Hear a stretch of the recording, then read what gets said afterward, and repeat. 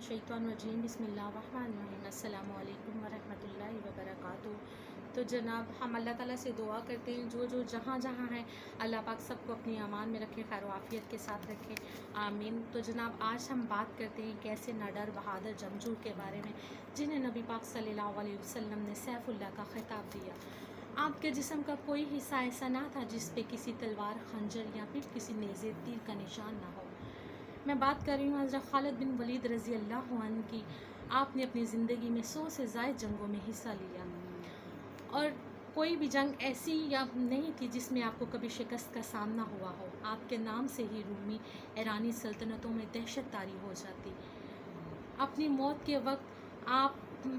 मौत के वक्त मैदान जंग में शहादत ना होने पे आपने ये कलमात बहुत अफसोस से कहे, मुझे सख्त अफसोस है कि मैं बूढ़े ऊंट की तरह जान दे रहा हूँ और मुझे सख्त शर्मिंदगी है कि मैं मैदान जंग में शहीद ना हो सका या शहादत का रुतबा ना पा सका।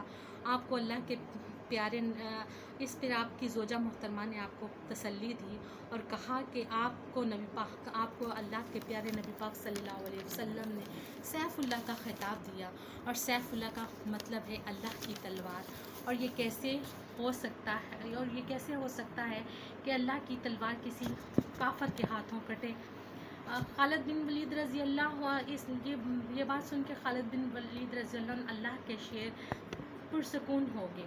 खालिद बिन वलीद रज़ी अल्लाह सिर्फ आलम इस्लाम के ही नहीं बल्कि तारीख़ इंसानियत के हीरो हैं।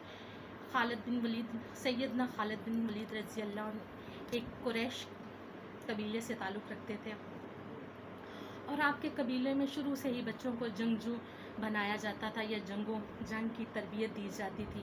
आपके कबीले का काम ही ये था जंग के लिए तैयारी या हिकमत अमली सिखाना। आपके वालिद ने भी आपको जंग की हिकमत अमली, तीरंदाजी, घुड़सवारी और तीरबाजी सिखाई।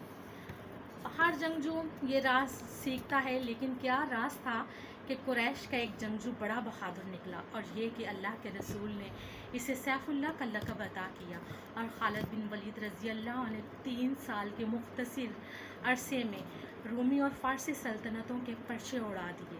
इनसे बेहतर हिकमत अमली किसी ने भी अख्तियार नहीं की। इसमें कोई शक नहीं है कि हज़रत खालिद बिन वलीद रज़ी अल्लाह अन्हु पैदाइशी सिपा सलार थे, मगर हकीकत ये है कि आपके साथ नबी पाक सल्लल्लाहु अलैहि वसल्लम की दुआएं भी शामिल थी। एक बार ऐसा हुआ कि नबी